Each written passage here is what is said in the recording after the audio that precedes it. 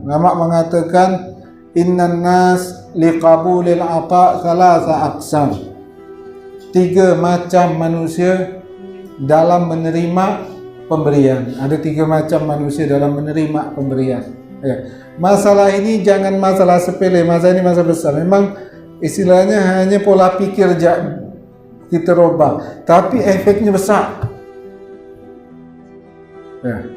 Pola pikir ini bukan gampang. Nanti kalau pola pikir aja berubah, rosak. Tauhid kita rosak, agama kita rosak semua. Bukan hal sepele. Nah, kalau kita pikir dari manusia, udah bergantung mati kita sama manusia. Ya, bergantung sekali. Nanti mau ikat orang kasih duit, dah terikat dari selesai. Nah, ada bantu selesai. Yang gila lagi, yang berik pun dimanfaatkan, jadikan budak orang tu. Orang 3 macam kelompok manusia dalam menerima pemberian.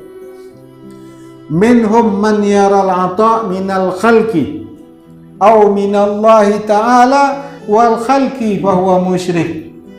Ada orang yang menerima pemberian itu. Apakah pemberian itu hadiah, sedekah, hibah atau yang lainnya, pokoknya menerima lah. Orang yang menerima ini ada yang melihat bahwa yang memberi ini makhluk,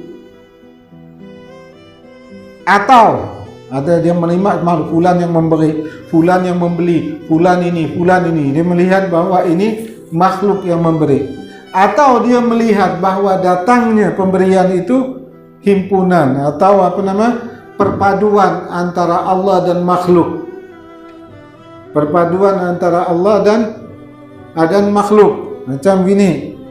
Kalau dari Allah bagaimana bisa sampai? Pasti dari makhluk gak? Ada yang berkeyakinan seperti ini. Dari Allah dan makhluk. Kalau memang hanya dari Allah, tidak dari makhluk, bagaimana bisa sampai? Jelas. Ini dikatakan musyrik, orang yang menggatukan Allah. Seakan-akan Allah tidak bisa harus menyampaikan dengan perantara Allah, tidak punya kuasa. Nah, Allah tidak punya kuasa. Ini yang pertama.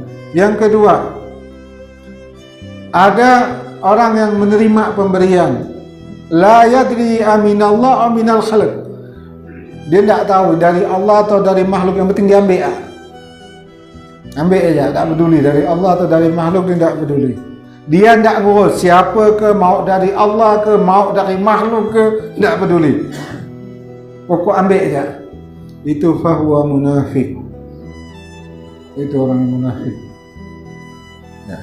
Yang ketiga, wa minhum man yara annahu minallah. Yang ketiga ini kelompok yang terbaik, bahwa dia melihat bahwa pemberian ini adalah dari Allah. Wa annal khalqa wasail, dan makhluk yang memberi, yang menyampaikan ini dia hanya perantara. Wa annallaha yaqdiru isalahu bila wasail, dan Allah mampu menyampaikan pemberian ini tanpa wasail, tanpa perantara. Nah, jelas ya? Yang ketiga, yaitu dia mengatakan ini pemberian dari Allah. Jelas? Kemudian dan orang yang menyampaikan ini hanya perantara. Kemudian yang ketiga, dan Allah bisa mengantarkan, memberikan kepada kita tanpa perantara. Nah, istilahnya perantara ini sepele. Tapi kalau keyakinan yang kedua itu seakan-akan bagaimana mungkin kalau tidak ada perantara. Jadi perantara ini setarakan dengan Allah. Dia hanya perantara dan Allah bisa menyampaikan tanpa perantara. Dan banyak kita tengok cerita-cerita aulia, mereka tanpa perantara. Buka bantal ada duit. Bisa. Jadi keyakinan yang ketiga, ini dari Allah, dan dan orang yang membawa ini hanya perantara saja. Kemudian yang ketiga, dan Allah bisa menyampaikan kepada kita tanpa perantara. Nah, fahuwa mu'min al-mukhlis, maka dia itulah orang yang beriman yang murni keimanannya, betul-betul dia orang beriman.